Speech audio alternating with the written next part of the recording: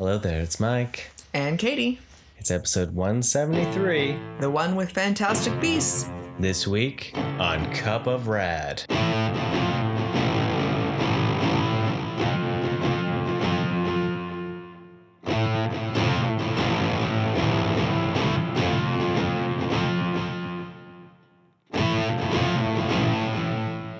Hey everyone, welcome back to the, we're welcome back to your ears. We're sliding in like it's hot. Just hot, sensual sounds of Radness. Bubbling and boiling, fermenting even within. Okay, it went from okay to then fermenting? No. Or fermenting is a good thing. I guess it depends. Well, yeah. Overall, good things can come from it. Beer's fermented. Which is a good thing. It is. Beer's good. Beer is stupendously good. It's become my new, instead of like so-and-so, but wait, no pizza? No, now it's just beer. And pizza. Pizza's not really there. It's just beer. Just beer. Pizza's always there. I'm sorry. Before you went... Don't you cheat on pizza. Pizza's always Don't you ever say that of a pizza. But right now, we have a refreshing glass of H2O. We had beer earlier. Yeah, we did. So we can't have beer now. Well, we could, but we shouldn't. We're being responsible. Responsible adults. We have moments for about an hour a day. An hour a moment. I gotta be responsible for 8 hours on the weekdays, a day. Right. And then the rest of it is just... And my 5 hours is more pants. Like 36, so... So, Hashtag life. Right. It's been a nice long weekend for me, though, which was good. It didn't fly by, which was a benefit for sure. But I really like repeated long weekends. I've decided that they should just always be that way. Always be a long weekend. Yeah, I don't like this whole 5-day-a-week thing. I think no one does. I know. Like 5 days a week is like 7. It's like maybe even 8. Oh.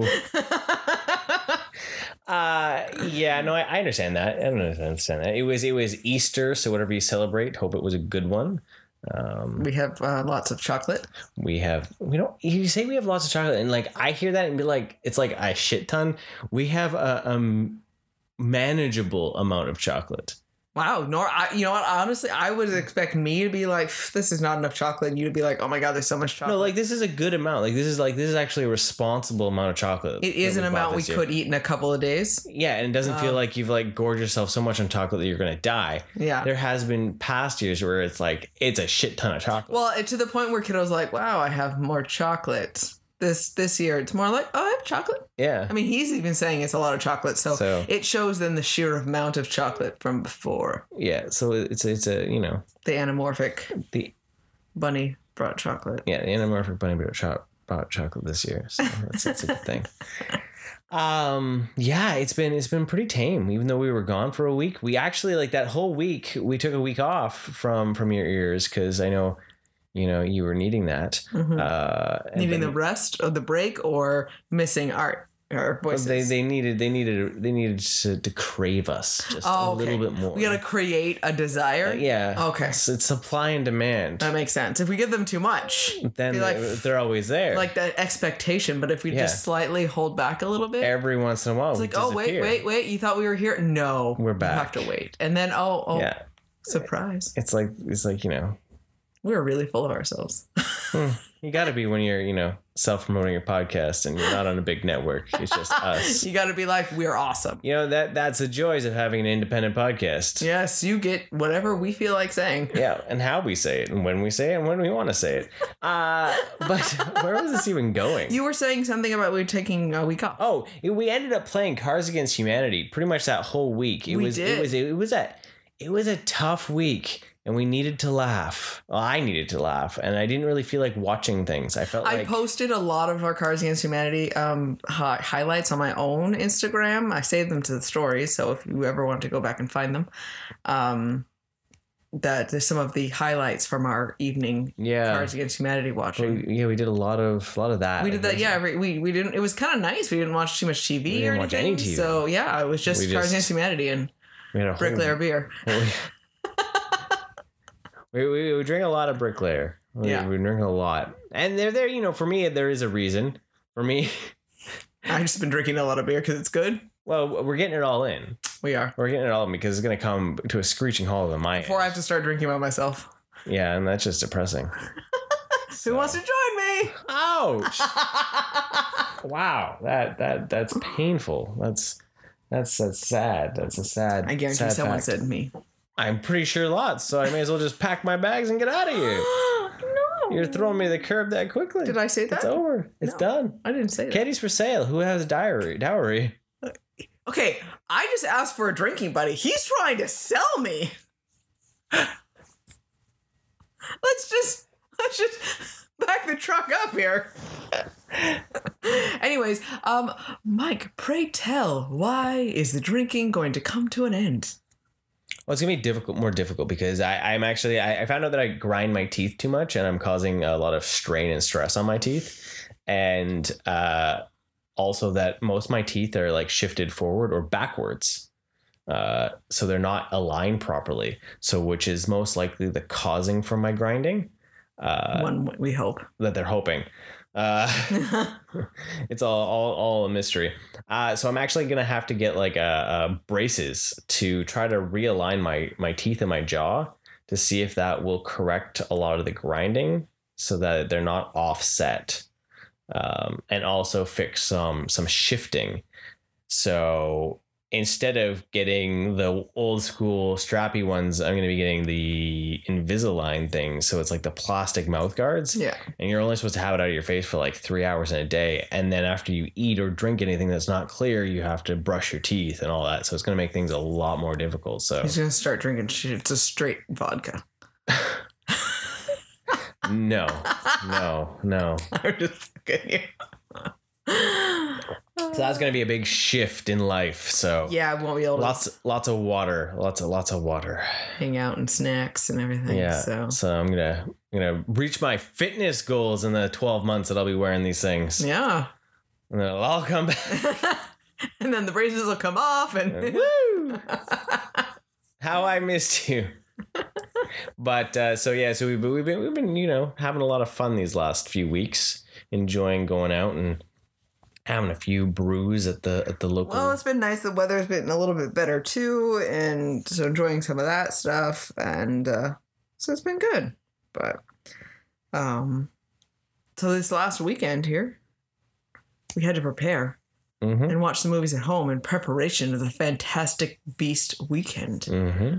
So of course we had to go back and watch the first and the second movies. Yeah.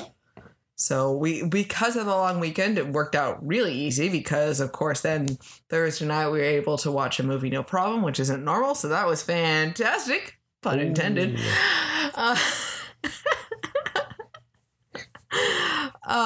Okay, so Fantastic Beasts and where to find them. Fantastic Beasts and where to find them was the first kind of Harry Potter outing, Wizarding World outing, with the new fancy Wizarding World logo and everything. It was a big deal when it came out because we got to see a new world and the past, prior to all the Harry Potterisms. Well, yeah, we got in the 20s and we're in New York. And so it was a completely different time period. It was a completely different city.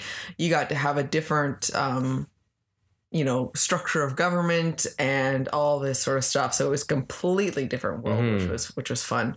But then we also had Newt Scamander, who is over from Hogwarts and London, and being able to, he's coming over to New York with his briefcase of magical creatures. Yeah. So that was really fun to see stuff like that we had the connection of that book that was there, and so you already knew the character and the idea of all that stuff, but then being able to see this other world. Hagrid was the only one that talked about animals, but we didn't really know other than the stuff that Hogwarts magical was creatures, and there was so much different new creatures, which was really cool. So the first movie was definitely a lot of fun because it was different and it introduced you to a whole new world of of how magic was used and where, you know, the different creatures and all that. And you get to really get a different sense for a harder wizarding world. Well, right? too, a harsher wizarding you know, world. with the Harry Potter, it's all based around the school, and it's very singular in its story. There's very limited scenes of kind of quote unquote everyday magic. So, you know, you see a little bit more of them just as all adults too, where no one's learning how to do magic. They're all as is, and it just is all natural and comes easy. You're not yelling spells or anything like that. So that was something that was really cool to see, and rewatching it was fun to kind of just fall into that world again. I do really love the fashion in the movie, of course. I love that fashion anyway, and then you add the wizarding flair to it. Right? I'm a sucker for a flowy coat, and you know, Scamander's coat is just a beautiful. Well, we had fun with Hot Topic fashion for that movie specifically. I have a Fantastic Beasts dress. I have a pink Queenie coat. You have a newt coat. Yeah. I love it too because it's the blue coat, and like the pocket on the side has like a tentacle coming out of it, and so it's got some cool flares like that, right? So it was really fun that they were able to bring out a few of those things on top of it, right? Like, so to really build on that so you could feel like you were there, because that's, I think, it's one of the best things about the world that was created for it, was that there's like the community behind it all, right? So you know, I don't know, like the rewatch and all that, the one thing that really did hit me though was how much I liked Colin Farrell in the movie. But that reveal at the end, so spoiler if you hadn't seen it, but it's Grindelwald in disguise.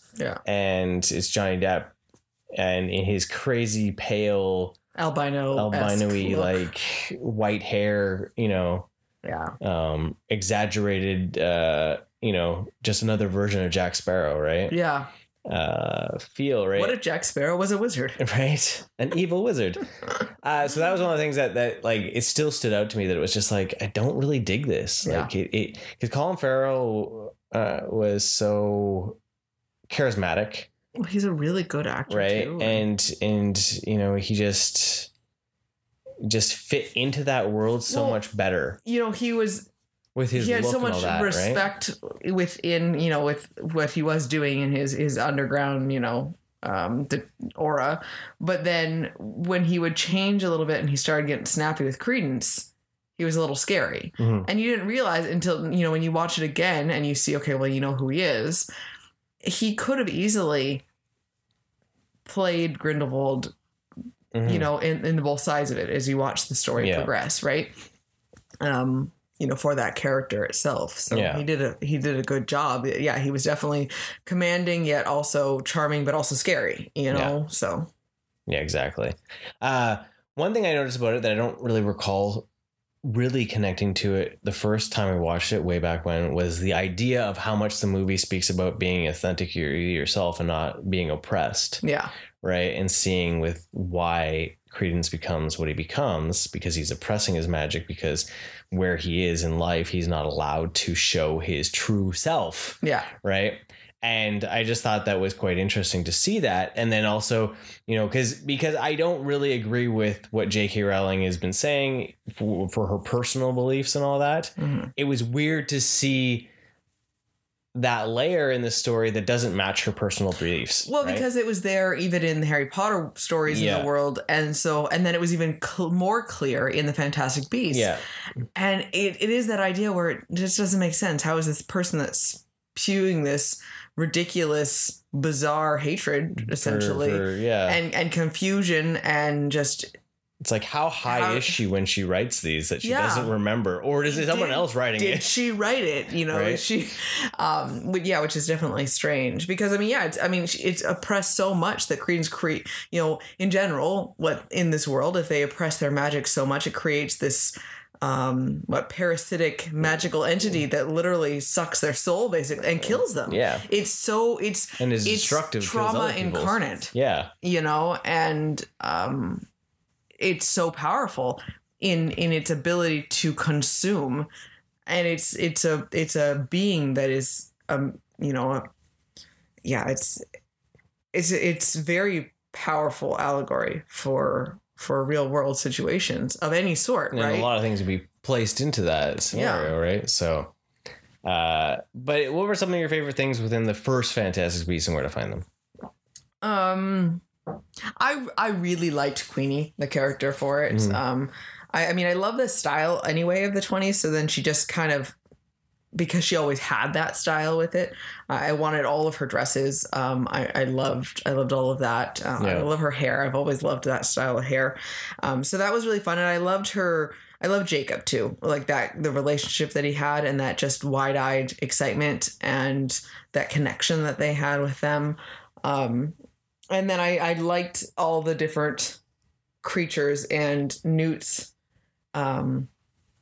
his connection of willing to act bizarre or, really act on their level. He really cared about them instead of they're supposed to just understand me and do what I want. He got down to understand them. And so those are my two main, or three or four,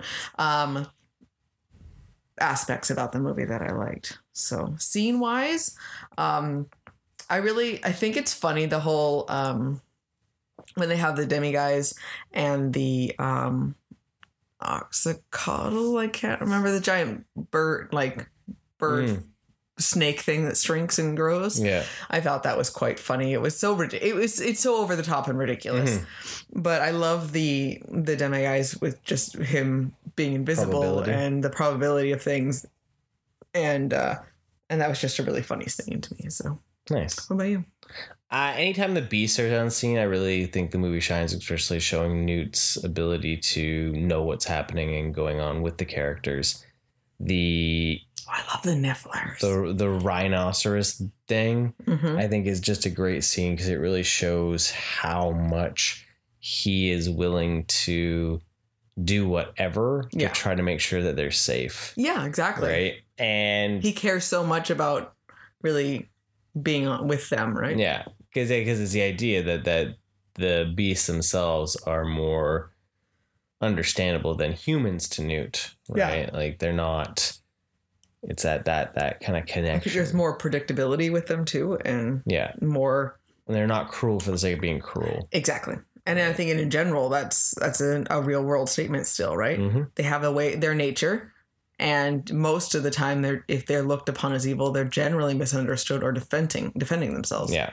So no, but for the whole, I really did enjoy it when I was rewatching with Kiddo. His biggest complaint was how much they apparated in this one.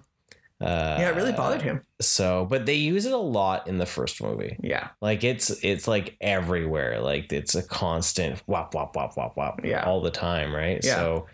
I understood what he was saying with that, but because we didn't see it in the Harry Potter movies as much, right? Because some being them all kid based. Yeah, we talked about it. We likened it to getting a driver's license, right? Where as a kid you had to walk everywhere, you had to do all this stuff, and as soon as you get a driver's license, it's like, why would I do that? I can drive, right? Yeah, exactly. And so it's no different. So which is quite funny. You look at it like that way, right? Truth. So, but all in all, I really still like the Fantastic Beasts and Where to Find Them. The first movie there is a good watch for sure. Yeah.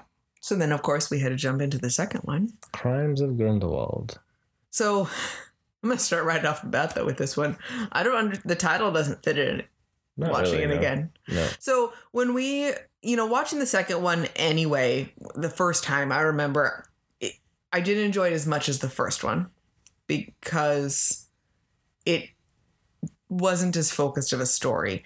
It kind of, there was a lot going on suddenly. Yeah, well, it definitely feels like it was riding off the coattails of Fantastic Beasts and trying to be its own thing. Yeah. But whilst all kind of not knowing what it wanted to be. Like, I know there was beasts in it, but it just, the first one felt so much like the story was around the beasts.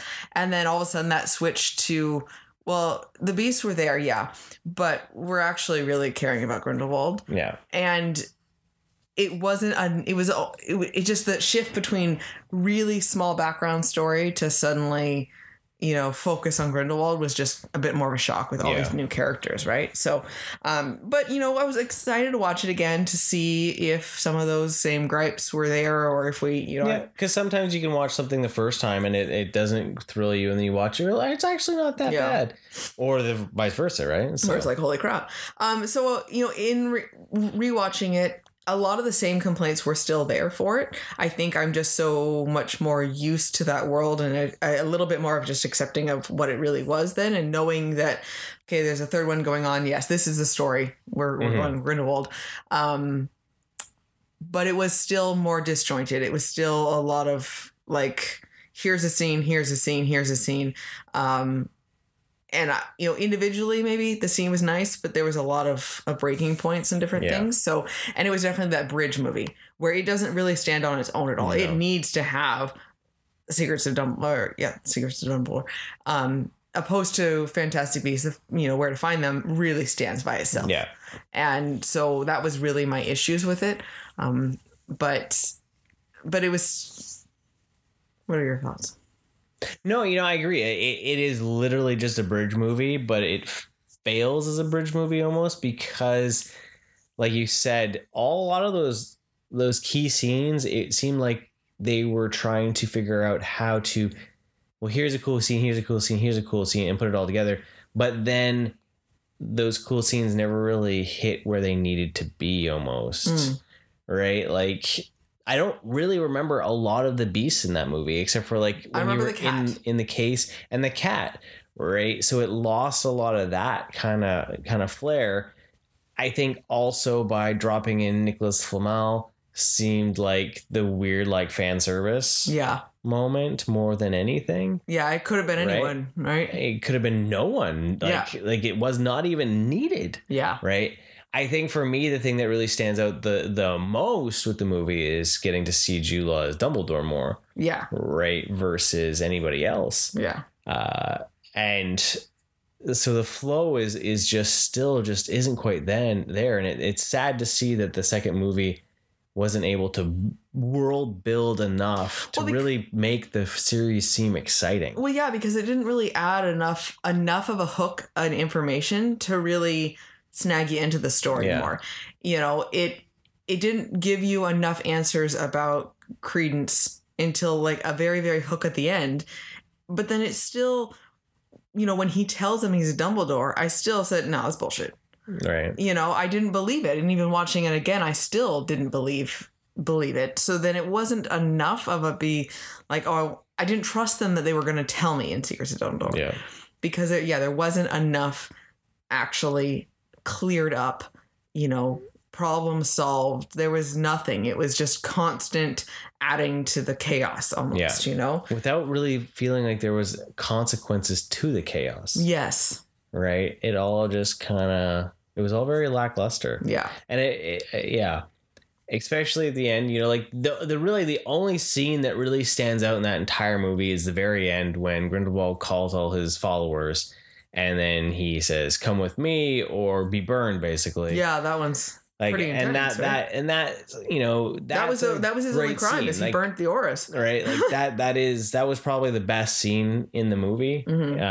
And that's the one scene that I think Johnny Depp looks cool as Grindelwald while he's moving the Elder Wand around to move the flames. Yeah. Right? Because he's not sounding crazy or... He sounds in control, but also very serious. And, yes. And intent on what he's doing. It feels like he almost needs as a character. What do you mean? The favorite scene is the cat toy.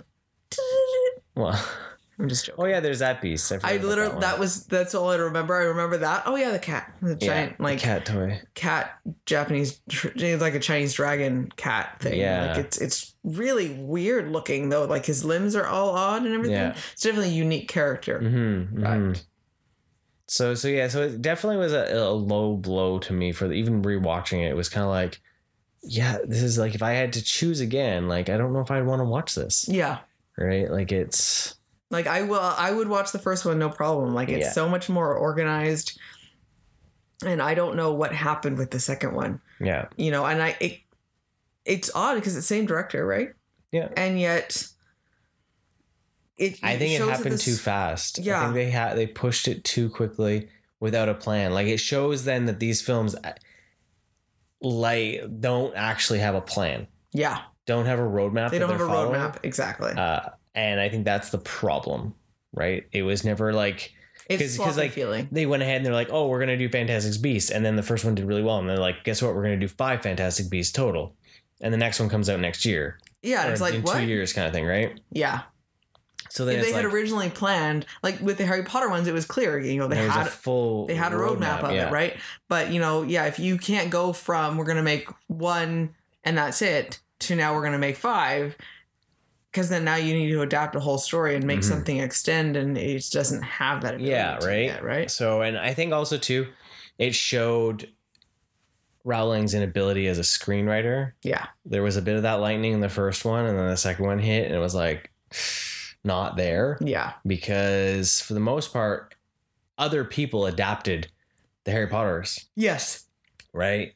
So I think there's a difference between writing a novel and writing a screenplay. Well, yeah, because, as a novel, you have to describe it completely, and you have a better chance of having you have unlimited more pages. Time. Yeah, exactly. As much as the publisher wants. Yeah, you can say, if I want to spend 5 pages on this explaining this scene, or if I need to only spend 2, or if I need to have 2 chapters, or anything like that. And yeah, movie, you don't have that. Typically, it used to be at least 1 page was one second screen time. Oh, well. Something like that, or a minute of screen time. Minute of screen time. Sorry. Yeah, I was gonna say it can't be 1 second. Yeah, a minute of screen time, right? Yeah. So if you're gonna have a 220-minute movie, you've got a 220-page script. Oh, okay. Right, like that idea. That's what it used to be. And then if we look at how large her novels are, right? So Crimes of Grindelwald, I still just it's a there movie. Yeah, it's definitely we're trying to rename it like the beliefs, the rise, the thoughts of Grindelwald. Like there's the musings. If we look at some of his actions, though, like he definitely is the cult leader feel, where he's never getting his hands dirty. He's convincing other people to do it. He asks other people to do his bidding. And then, even when he's at his rally, though, with his followers, he says, I don't expect you to be able to hold back your rage and your want for revenge. Like he puts all those seeds in people's minds. Yeah. So you see it and you're like, well, I know that he's manipulating them because he's giving that idea, but also passively, saying you shouldn't be doing that. But I would understand if you want to. If you did. And so then he reads people and boats them into these problems, right? So really, other than that, of course, which is a problem of persuasion, but then also the blue fire and the aura result, because there's quite a few of them who died. Mm-hmm. Before that, though, he wasn't really doing anything. So the movie, the story title doesn't really fit.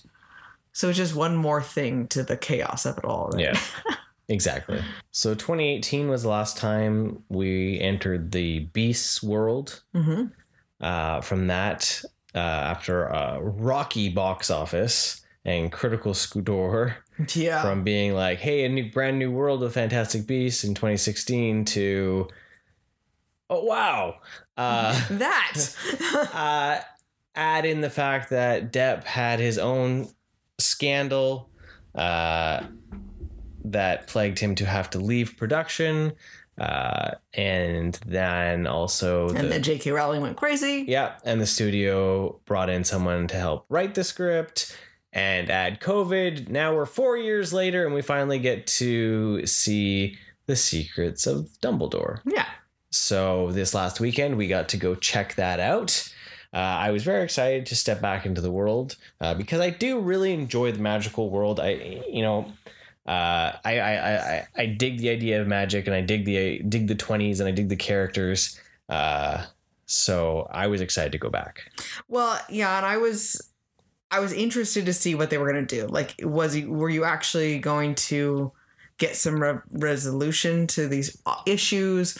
Was it just going to keep going? Like, as much as I was frustrated with the first one, I still just love the world so much that it's like, well, I'm still going to see what happens to it, And I think the trailers did a good job of drawing me back into it because the trailers seem relatively focused. Yeah. Right. And I really like Jude Law as Dumbledore. And so much of that focus was there. Yeah, and that honestly was my driving force to go see it. Is more to see Law as Dumbledore because the trailers at least showed that we're gonna see more of him as Dumbledore, right? Yeah. So also too, the other thing that really sold me was Matt Mikkelsen because I really like him as an actor. So seeing him take over the Grindelwald role and it was a good recasting, lose the pale skin and the bleached hair, it was like, okay, this is gonna be interesting to see how they do this, right? Yeah. So and add insult to injury as the series is already cursed with all these other things. Mere weeks before its premiere, Ezra Miller was arrested for the multiple time for drunken intoxication. In something, public, right? Yeah. And he had restraining orders placed on him in Hawaii. So it's like this like doomed public intoxication. Yeah, doomed franchise for like PR nightmares. Right. So Secrets of Grindelwald. Secrets of Dumbledore. And Grindelwald. No. Right. The film is a good course correct for what was an otherwise, I think, crappy second film. Sorry, I'm just going to interject real quick here. If you didn't already realize, this is going to be full of spoilers. I'm sorry. So, yeah. So otherwise, like, it was a good course correct. It was a much solid focus story. It was so much better than the second one. Feel like it never felt like it was teasing something that wasn't there. It was very very straightforward. Yeah. So it was simple. So maybe it wasn't as layered.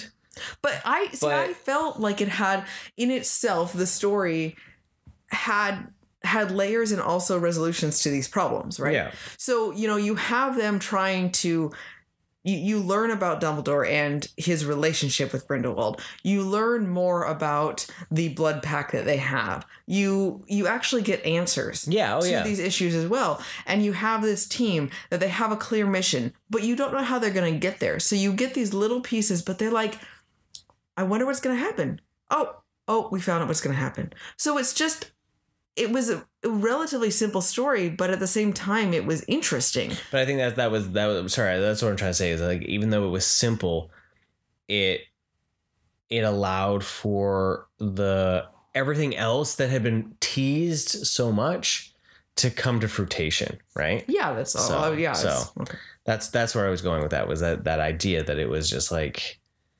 it wasn't some big complex thing that got out of hand. It never got out of hand of the writers or the creators, where they were able to focus it enough that they could bring in all those other threads and try to tie them up, right?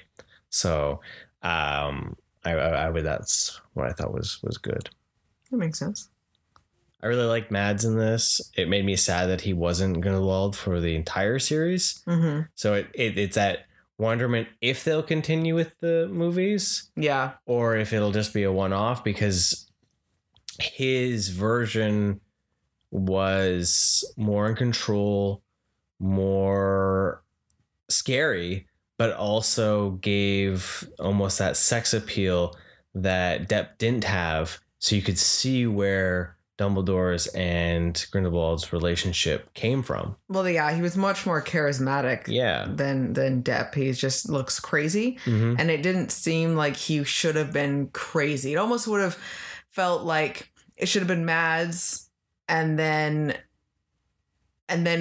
this happened, and now he's shunned more and lost his chance of power, and then he turns into the crazy Johnny Depp version, where he's just like, pay attention to me, I'm desperate for power, and that would have made more sense. But he doesn't blend in, he doesn't so this version of him was much more like he could move around the crowd. It made sense that he could be rise to fame and power and all that sort of stuff, right? So and then so like you see that relationship that was there, right? Like because you look at how well put Jude Law is, and then you put him beside Depp's version, and it's just like, It's like, well, okay, can you imagine that opening scene? And it would not have been the same. It wouldn't with him and Grindelwald talking. no, because If he it would was have been out of death. place. Yeah. Like it was like the, I love that they punk rock crackhead or the well, Grindelwald looked like Dumbledore. smooth did, right? businessman Yeah. that literally has a silver tongue. And that's what they talked about in all the other movies, that he's a silver tongued, Yeah. so. Yeah. And that was the thing with that scene, where like, Dumbledore's like, I loved you once. Like, we had these things, and they like, it was nice that they finally Said it in the movie? it out loud. Yeah. Instead of it just being something that Alluded was to. alluded or said from the author. Yeah. But, Grindelwald seems like he's so nice and calm, and it's like, well, at least the muggles know how to make tea, right? And then when he takes the tea, he's like, no, you smell that? They're garbage. Yeah. I can't stand this. I'm going to burn this world to the ground, and if you're not with me, you're against me. I'm peacing out. And he says it so nicely. Yes. At the same time, you're like, it's not like crazy or, he's not eccentric looking. Yeah. It's just matter of fact. He's matter of fact. Everyone's going to die. Yeah. And that's the scary part. And I love how we learn then it's not just that Grindelwald and him can't fight. Dumbledore can't attack him. He can't even think about betraying him. Mm-hmm. And it was just like, holy cow, that magic is intense. The blood magic, right? What they really intended to do with that, to make it so they couldn't even think about betraying one another. And then you see that and how Dumbledore manages to still find his ways around that concept so well. Shows his connection that he has and his intelligence and his ability to manipulate the pieces on the chessboard feel. And it's kind of scary almost, his ability to move the puppet strings without being seen, Yeah. So. Enough to be like, it shows why then he probably seems, by the time you get to the Potter era, how almost absent-minded he is, because he has to play like everything is your idea. Yeah. Because I can't actually think it's my idea, or I'm going to get hurt. Yeah, so he had to practice that idea. Yeah. Everything that he's actually telling someone to do is directed towards another action that might have a domino effect, but it's separated far enough that it's not like clearly going to negatively impact Grindelwald. And that's where in this film, you see almost why then in the other movies and the book and all that, why the Ministry was scared of him. Yes. Right? Totally. Because of that. Well, even with what he was able to do in this one, and that's what I mean. Like you see that the fact that he was able to set up all this without hurting himself too much, right? Right.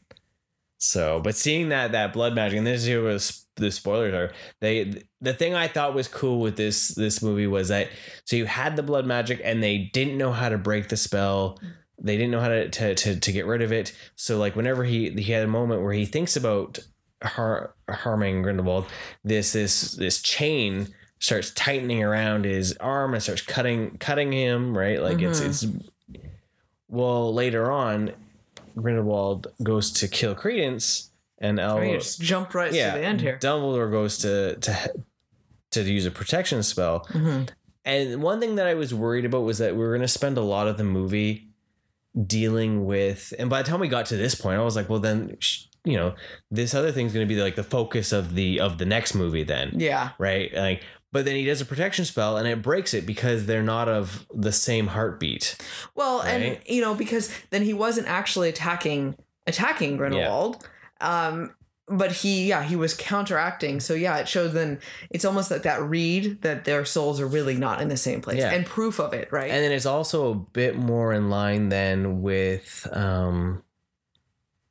it's almost, I just realized it's very similar to the Potter. Yes. The idea that, Voldemort goes to kill Harry and the mom gets in the way, and it's that care. It's the love. The protection, the care. The protection. It's the power of love. Yeah, it's that the greatest power really is from a source of love, and that's why then he will always be stronger. Yeah. Because of it, right? And then the other thing too is it's not just, think about this, it's not just Dumbledore, right? Aberforth is actually sending that same protection spell. So now we have a connection of family as well. And you have Aberforth's, protection of his son, kind of risking himself for someone that he didn't even really know was around. Yeah. And you have protection of, so you have a whole now family protection unit and that power that's there, overwhelming it. So, and I love, it just shatters. Right? And then as much as it was so like, and it's gone now. Yeah. As much as it was that Deus Ex Machina, I kind of feel it was like it was nice. So the way it was acted though was like, well, how did this happen? I don't know. Yeah. I can only assume it was because I was doing protection versus harm. Yeah. And you can see Dumbledore looks genuinely confused, but intrigued of like, it's not over for him to find out why this thing broke. Yeah. But like, he's like, I don't quite get it. So then it's interesting then, knowing later on then if the concept of Harry, if it's even more intriguing to him because it's another use of the protection via love and something not quite making sense with the rules of magic. Yeah. Because, love and protection was involved, right? Yeah. So it's probably even more interesting to him. Exactly. I love seeing Law as Dumbledore in this and actually if you couldn't tell, him, I think it's his favorite character. Seeing him actually do battle as well. Like he battles Credence. He battles all of his magic, Dumbledore. like especially with Credence, the power that he has, like it was awesome. It's he's so calm about it too. Even the way he moved, he's very in control. Yeah, very confident. Everything's and so So watching the movie again made me want to grow my beard out again and be full Dumbledore again. Yeah. If I could, it's been 4 years since he's wanted to. So. If I could, I would wear that. I'd wear the 3-piece suit all the time. I'm just like, that's what I need to do. Dumbledore is his spirit animal. Yeah, yeah. And then it's Dumbledore during the week from the 20s. Yeah, and then it'll be the 90s Dumbledore with robes on the weekend. So nice. I'm waiting for my lavender robe. Yeah, when someone decides to give me a lavender robe emblazoned with silver and all that. Yeah. Like bedazzled. Yeah. Even. I could. Nice. Don't want rhinestones. No, I just said that. Just bedazzled. Fine silver. Fine silk threads. Yeah. So. Nice. One thing that was cool about this was we actually got to see Beast. I actually remember Beast in this one. Yeah. Right? The horrific start to the movie. Oh my God. I started watching this and I was like, what the hell have we gotten myself into? This is terrible. There's death right at the very beginning. So I was afraid every single time. It was Bambi. Again. Every single time someone used magic, I was like, oh God, who's dying? So I was pleasantly surprised that people didn't really die.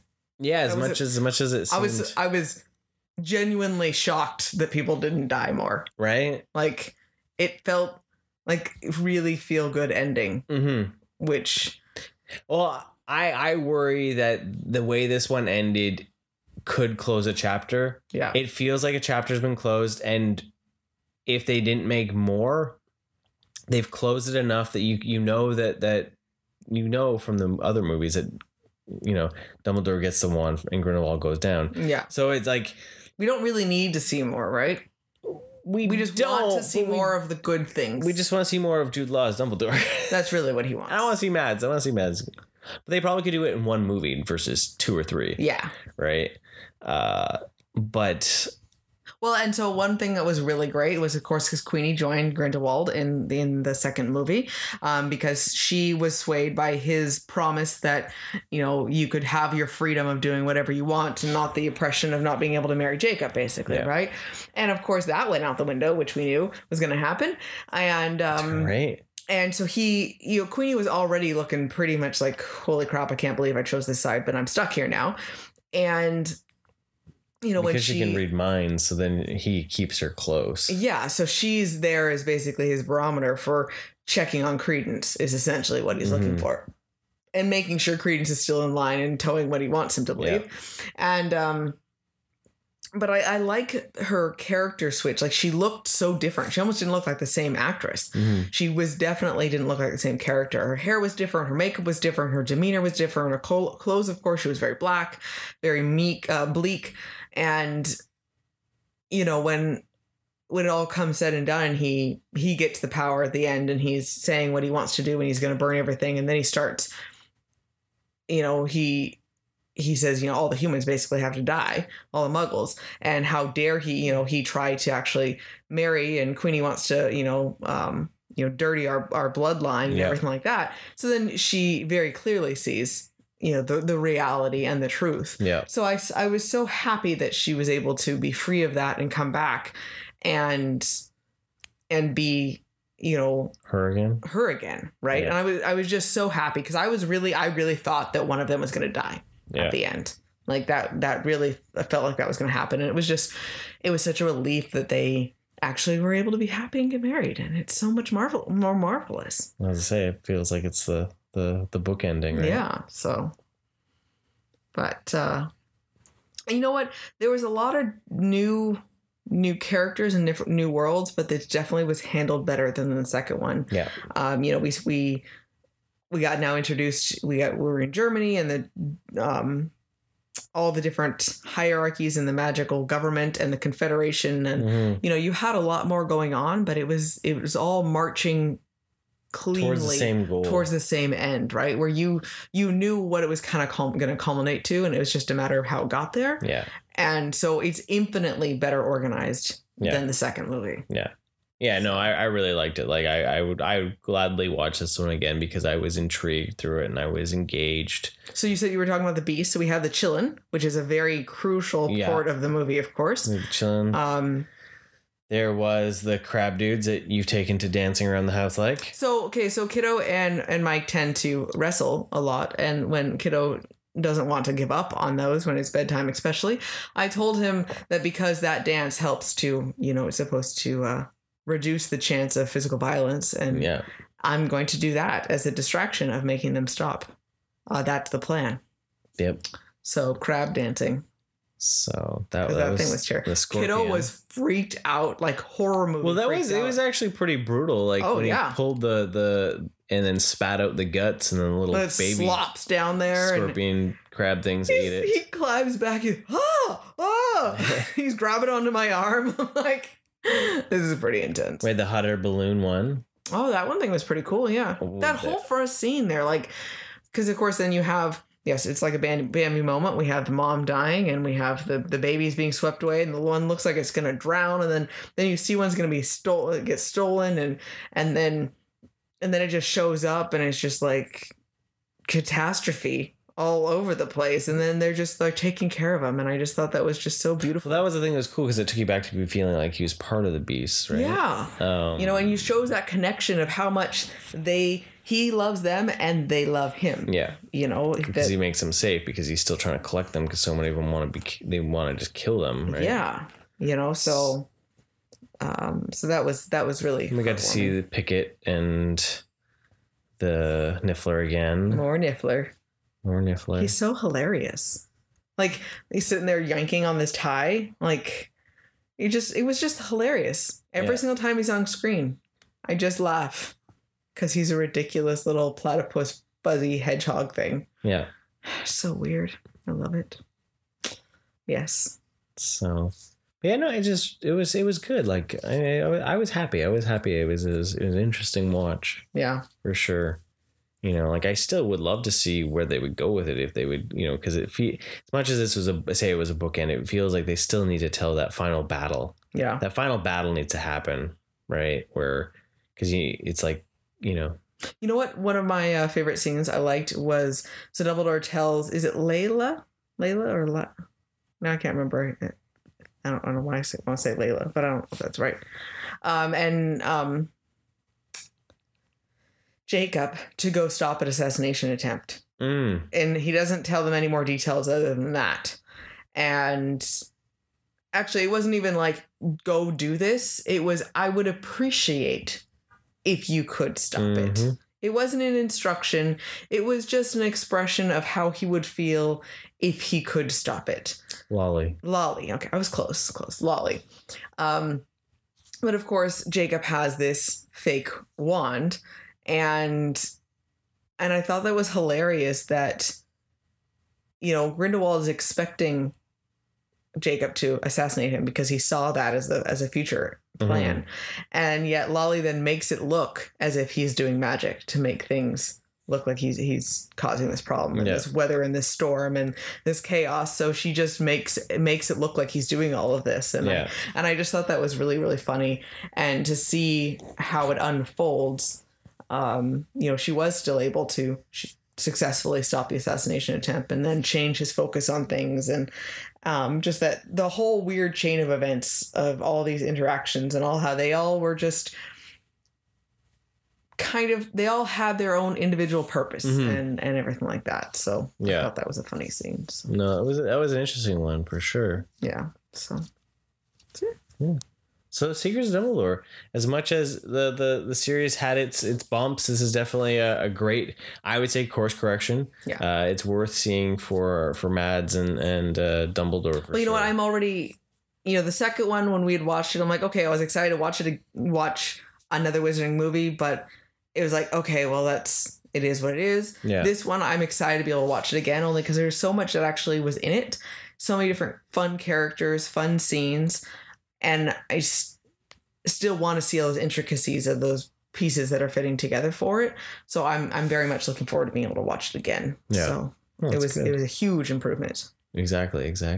So yeah. So that is our one with the Fantastic Beasts. There you go. So hopefully, I do hope that we get to see more of the series story. Yeah.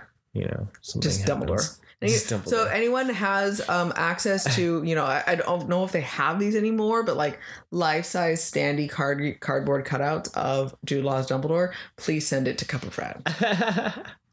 I think we need that in our lives. We need that? I think Mike needs it, yes. So he can be like, I'm friends with Dumbledore. I was gonna say we're getting all excited for Doctor Strange, but I realized it was like 2 weeks away, so I was gonna say that. That's why I was thinking. That's why I was looking at the calendar. I was like, that's what our next excitement is. We already have our tickets for it. It's gonna be very exciting things. So I don't know if we have any prep stuff that we have to watch for this. We could watch Doctor Strange and No Way Home. That would be good. Oh yeah, because No Way Home's on disc, so we're gonna make sure we watch that coming up again. And so we'll be able to. So that should all connect. Yeah, that'll be exciting stuff. But besides that, I don't know what's happening. Yeah. So, you know what? Thanks for joining us, everyone. Have a wonderful day. And remember, stay rad, dudes.